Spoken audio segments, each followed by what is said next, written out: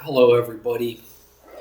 My name is Thomas, and I recently started a YouTube channel where I was intending on using AI and video to make YouTube videos to talk about things I want to talk about, which the main subject is Christianity, ethics, religion, atheism, all of these things are going to be talked about on my YouTube channel. After putting up 3 videos, I decided I would actually put my face on the videos, introduce myself, and get real with my audience. So, welcome to my channel. I hope you find my information useful, and please do like, subscribe, and comment. Love to hear anything you've got to say. All right, without further ado, let's get started. So, I am deeply passionate about religious topics, and in this video, I want to explain to you something that happened to me that is a big reason why I'm deeply passionate about knowing that God exists. I spent years debating atheists, and I want to take this to the next level because I feel like I've got something real to say. So here it is. I had a near-death experience that was very profound to me well over 20 years ago. I want to describe to you this experience because it is a large reason as to why I'm doing content like this. So I hope you enjoy it. And by the way, some of the details I'm going to be talking about in this video are extremely gory, so I recommend viewer discretion is advised. A few of the things I'm going to talk about are not for a young audience. And so if you're in a situation where you put it away, watch it later when you can by yourself. All right. So here I go. I had a near-death experience where I believe my heart stopped, but either way, I was very close to death, and I want to tell you all about it. So I was violently attacked by someone with a knife who tried to kill me, and fortunately, I was able to fight off the attack. But I was severely injured. As I'll show you here, see this. I have a stent that surrounds my carotid artery because my carotid artery got cut, and I lost about half of my blood. But as you can see, I've got scars all over. This was so deep it actually punctured my lung. The knife went so deep in it right here, it punctured my lung. Yeah, so I was stabbed close to about 20 times. And so this is a story about what happened after I experienced this trauma. After I fought off the attacker ran away. My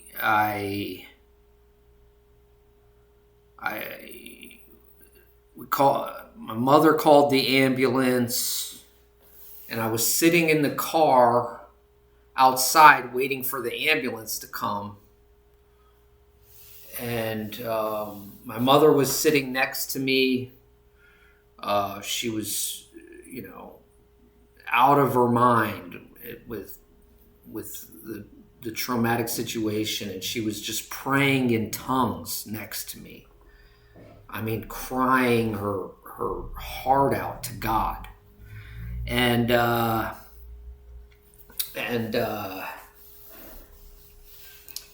was sitting there waiting for the ambulance to come, and I kept kind of slipping out of consciousness. I'm not sure if I was fully out of consciousness, but it was kind of like a dreamlike state, and I just kept was trying to stay awake, but I kept falling asleep, and I kept going forward like this, and then I would snap out of it, and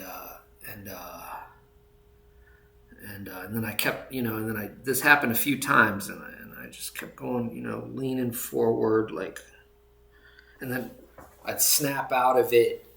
And then, in one of these moments where I had kind of drifted forward like this, I had a vision. I don't know what to call it. It might have been a dream, a vision.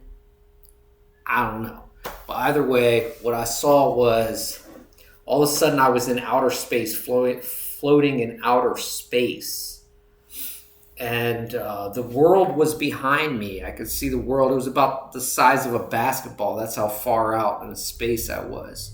And I could see the world behind me. And in front of me was this giant wall of clouds that went as far as my eye could see in all four directions.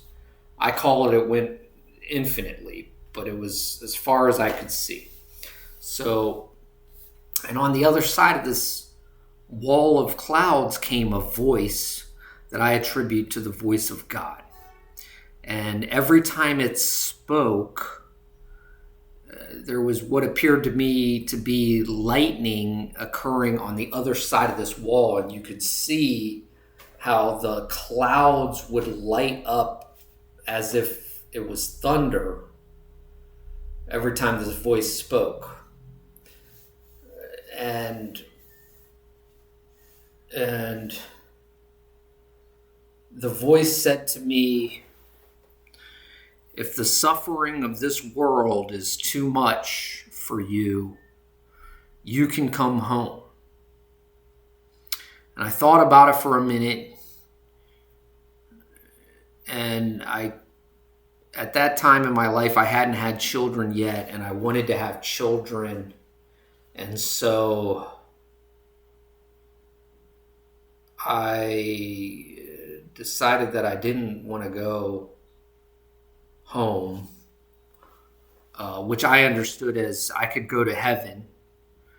And I decided I wanted to stay on earth and have children and live my life and do the things that I had planned on doing. I was in my young 20s, so I had a lot of plans.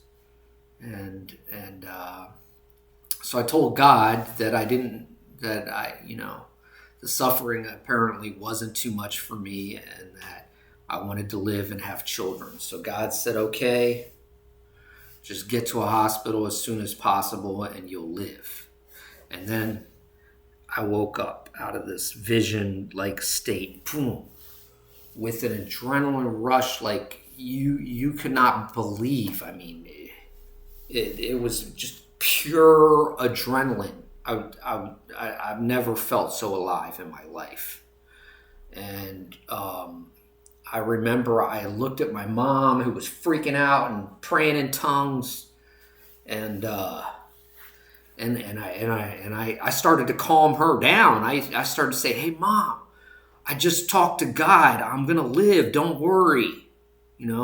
So here I am. I've got, I bled out like half of my blood. I'm sitting there holding my neck like this, and I'm sitting there telling her, trying to calm my mom down while I'm half dead. And but yeah, full on adrenaline, calm my mom down, waiting for she didn't stop praying though. She didn't care what I had to say. She was like, "Oh, good, good," and then she just kept on praying and kept on praying. She didn't even care or stop. So finally the ambulance come, and I go up to the ambulance. I'm not even trying to let the people out of the ambulance because I'm like, we need to go to the hospital right now. I'm majorly hurt, and don't even get out. It's a waste of time. Let's just go. Let's get in the ambulance and let's just go to the hospital. But they insisted that they needed to assess the situation, and it's a good thing that they did do that. So they insisted that I let them out of the ambulance. I was trying to just crawl in the ambulance, or not crawl, but step inside the ambulance. I had so much adrenaline at that time. But yeah, they insisted that I let them out so they can assess the situation. And obviously they're professionals. They know what they're doing. And in hindsight, yes, they did the right thing. So I let them out. They said that I told them I was cut on my neck and that I had bled a lot. And I mean, obviously they could see the blood. My shirt was soaked in blood and just everything. It was so bad. My carotid artery was cut that with every heartbeat, there was blood shooting out of my neck like this, like spraying out of my neck. Every time my heart beat, it would psh, psh, psh, psh. And I was able to get the blood. After I lost close to half my blood, I guess my blood pressure got so low that it stopped squirting out like that. My heart calmed down and I was holding on like this. So I think some of it clotted up, and I was able to stop the bleeding with my hand, but I didn't want to take my hand off of my neck. I was scared to. And, but the ambulance technicians said that they have to see it. I said, but I don't want to take my hand off the neck. But they said, well, we have to see it. So I was like, all right, but I'm just going to take my hand off the neck real quick. All right. So I took my hand off the neck like this, and I was like, you see it? You see it? And then I put my hand right back, and they said, yeah, we see it. We see it. Okay. So then they went into the ambulance. They got some tape and some bandages, and they were like, oh, we're going to bandage it up. It needs to be bandaged. I was like, okay. So, but I still didn't want to take my hand off the neck, but I'm like, well, these guys are the professionals, so whatever. So I took my hand off the neck. They bandaged it up. They didn't even take the time to pull the bed out. They let me climb up in there. And then I lay down on the bed, and they started to figure out what they're going to do because, you know, me, I was just trying to get to the hospital, any hospital, the closest hospital, which I'll just go ahead and give you information. I grew up in Gaithersburg, Maryland. This happened in Gaithersburg, Maryland. And the closest hospital to my house was called Shady Grove Adventist Hospital. And for me, in my mind, I was thinking, I just need to get to Shady Grove. Like, let's go. What are we waiting on? You know, and but they're sitting there assessing the situation, and they know better than I do that I needed to go to a shock trauma unit, and there isn't a shock trauma unit at Shady Grove Hospital. So they couldn't just take me to the closest hospital like I was thinking in my mind. So they know that they need to get me to a shock trauma unit, and the best way to do that is via helicopter. So they end up taking me to a nearby school where a helicopter could land in a large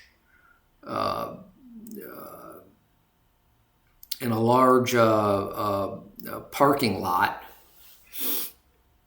And they were trying to figure out which hospital I was going to go to that had a shock trauma unit, and it was between two different hospitals, and they were contacting the different hospitals to find out which shock trauma unit would be ready to receive me. And they were really putting together a game plan to save my life. And because the two hospitals that they were debating on sending me to was Suburban Hospital, which is located in Bethesda, Maryland, and the shock trauma unit at GW Hospital in Baltimore.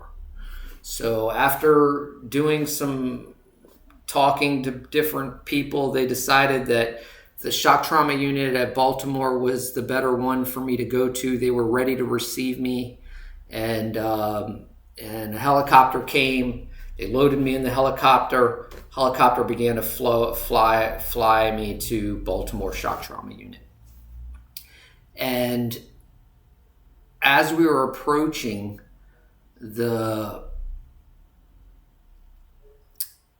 hospital, the city of Baltimore altogether, I had an out-of-body experience. My spirit popped out of its body. And I remember looking at myself. It was like I was a ghost, literally like a glowing white ghost. I still had arms, I still had legs, still had a body, but it was like a ghost body. And I remember looking at the skyline of Baltimore. This was about 3 or 4 o'clock in the morning, so it was dark, and I could see all the city lights. I could see billboards lit up. And I could see the back of the helicopter that my body was in, and it was being flown away. And there was a cord, a glowing white cord that was attached from my spirit to my body that was in the helicopter. And the helicopter was flying away, and I noticed that as the helicopter got farther away from me, the cord was getting thinner and thinner. So I realized, oh man, I need to get back into my body. So I start flying after the helicopter, and I chase the helicopter, and I was flying almost like Superman, just like, but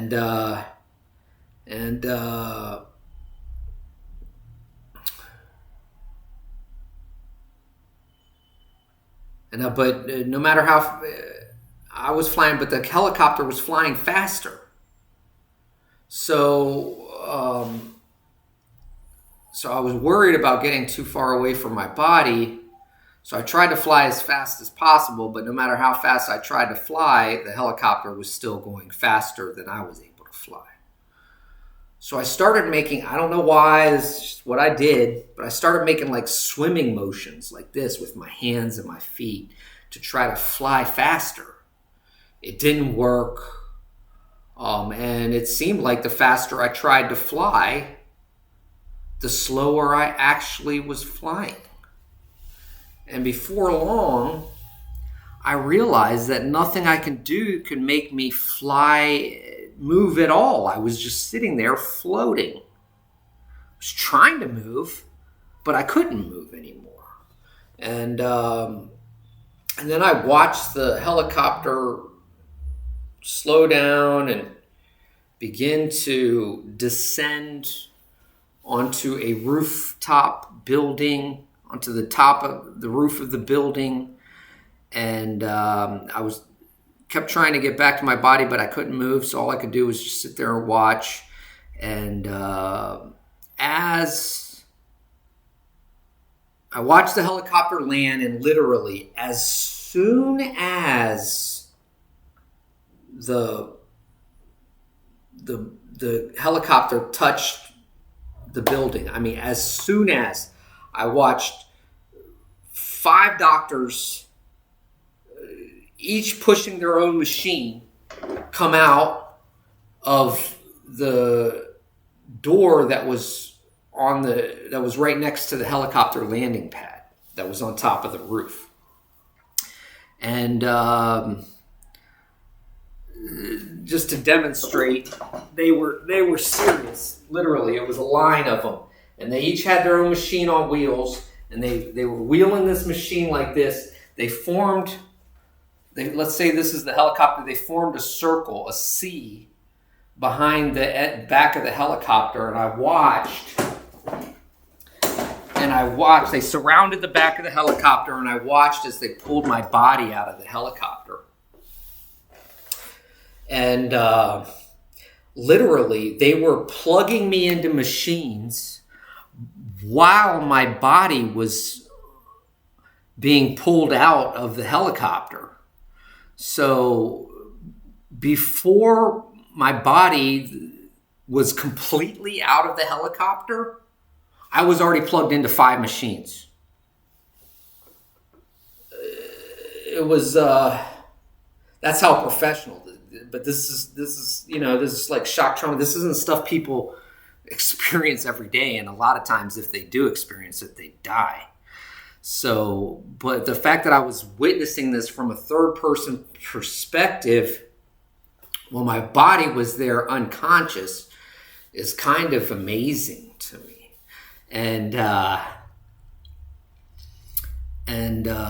So but I was still in the spirit above, watching this all take place, and I remember wanting to get back to my body, but I couldn't move at all, and I kept thinking, and then I started worrying. I'm like, oh, wait a minute. And then I started to worry that I was going to die, even though God told me I was going to live. I was like, wait a minute, but God told me I was going to live. And I was sitting there thinking about how God told me I was going to live, but yet here I am, and I'm stuck, and I can't get back to my body, and I'm going to die. And I started to worry, and I started to panic, and then an angel appeared. And it came in supersonic, like you could see the trail behind it. And it just stopped on a dime, and it was looking at me. It was looking at me with glowing yellow eyes, and it had a helmet on with horns. A helmet with horns, and the eyes were glowing through this helmet. It wasn't the kind of angel that you see or any kind of angel that I ever thought would exist, but it had big wings, and it wasn't like feathery type bird type wings. It was more jet-like in appearance, and the whole. It's almost like the angel was wearing this armor that was metallic. It was almost like silverish, but maybe a little bit darker than silver, maybe like platinum, but it was kind of shiny. It was more of a platinum color, but it was shiny. Platinum isn't very shiny. But this was very shiny, but it was a little bit darker than silver. So it's hard for me to say it was silverish. It's hard for me to say it was platinum.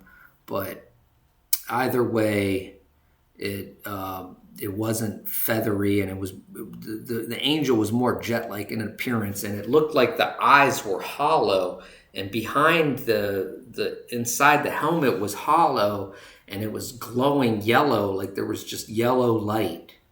And I could see the yellow light through the eye sockets.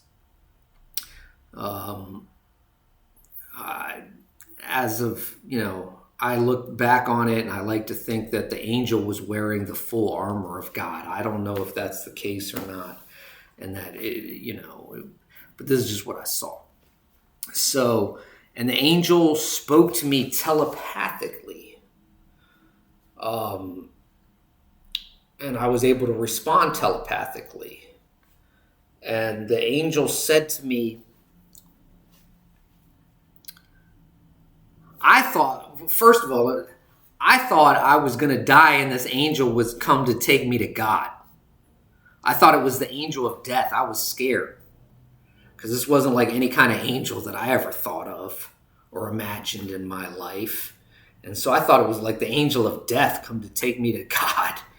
And I was about to say to the angel, but God told me I was going to live, and here I am dying. But before I could say anything, the angel said to me, did not God tell you were going to live? And I responded with telepathic thought, and I said, yes.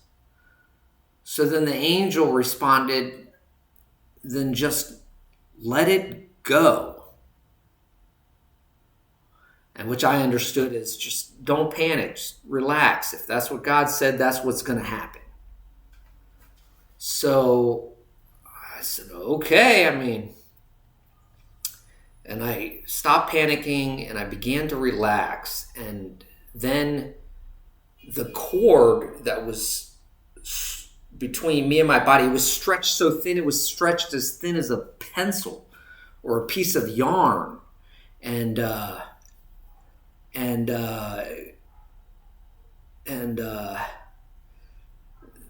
the cord itself pulled my spirit body into it. And I remember just like going into this tunnel-like effect as I was pulled into it, and literally the cord, and I, like, if my body was down here and I was way up here, right, the cord was attached, and it sucked me in, and then I was transported to my body through this cord, and I experienced what was like a tunnel-like effect, where I was pulled into this tunnel of light, and I could see electrical currents occurring in this tunnel-like pattern as I was being transported to my body. And as soon as my spirit got back to my body, my heart started again. And it wasn't registering on the machines that I was already hooked up to. And I remember hearing the lead surgeon lady talking to the helicopter technician, asking, how long ago did he die? Because they were debating, I think she was debating on whether they were going to attempt CPR. So she asked him, how long ago did he die? And he was like, I don't know. I don't think he made it. But I heard this as soon as I entered the body. I heard this little, and I'm sitting there on the bed. I'm conscious at this point, and I'm trying to tell them. I tried to say, "Hey, I'm not dead. I'm alive," but my throat, I couldn't even muster any sound out of my mouth. So I started moving my fingers, and at this same moment, the machine started registering my heartbeat. And so I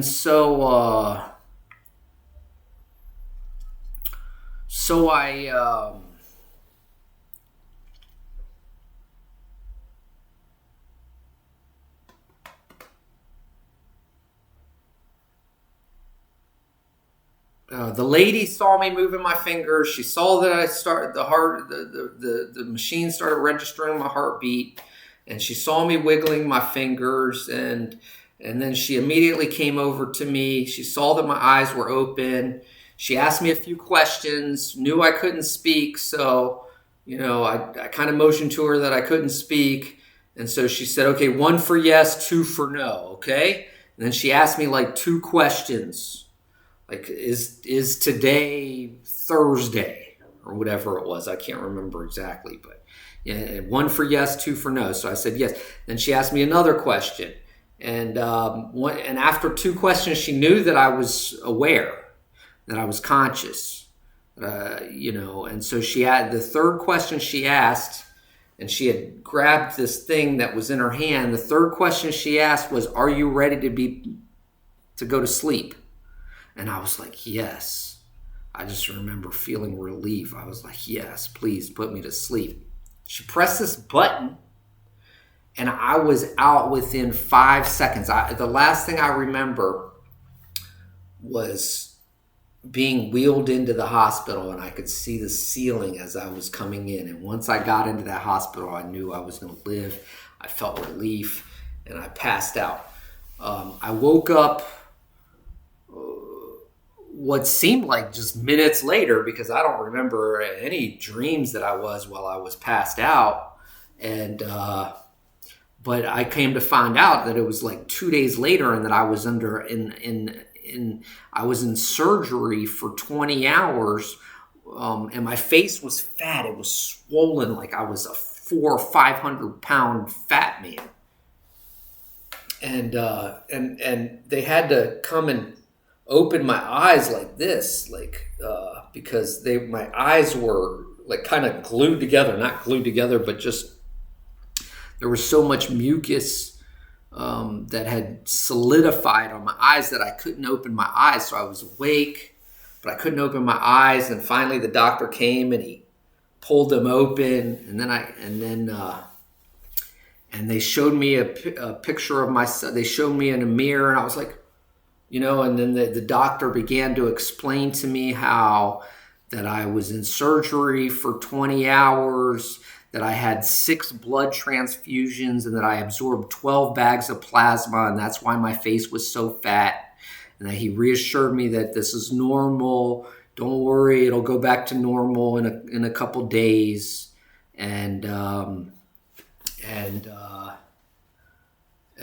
So the next day after that, I actually met the surgeon lady who operated on me, and I think I had over 2,000 stitches because so many of the wounds were so deep that they had to be stitched in layers. They couldn't just pull the skin together and stitch it.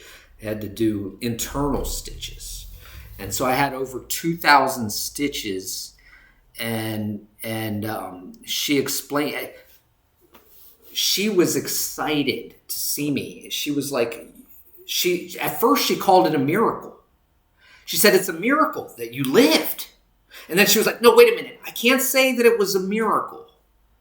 But what I can say is that science cannot explain how it is that you're alive. And, after talking to her a little bit, it came out that, maybe the machine wasn't working, wasn't registering my heartbeat, and then it just started to work, or maybe my pulse was so low that it was undetectable, and that somehow when I came conscious, my pulse started to beat a little harder, and so now the machine was able to detect my heartbeat. But so I'm not 100% sure that my heart stopped, scientific proof, sure, but I'm pretty sure that my heart stopped for at least a minute or two. And the things I saw was just impossible. There's no way that an unconscious body could see these things transpire. And so this was a profound experience of my life. And it's led me to this, creating this content for you. And I hope you enjoy it. And this is just a brief introduction. If you did enjoy this, please like and subscribe, because I'm going to be coming up with a lot of videos that talk about atheism, Christianity, Islam, religion, all. I've been studying this for 20 years now, and it's time that I start speaking out about some of these things. So please like and subscribe. I'm going to be coming up with a whole lot of videos in the future. Hit that notification bell so you don't miss out when I drop a new video. Thanks for your time, and have a great day.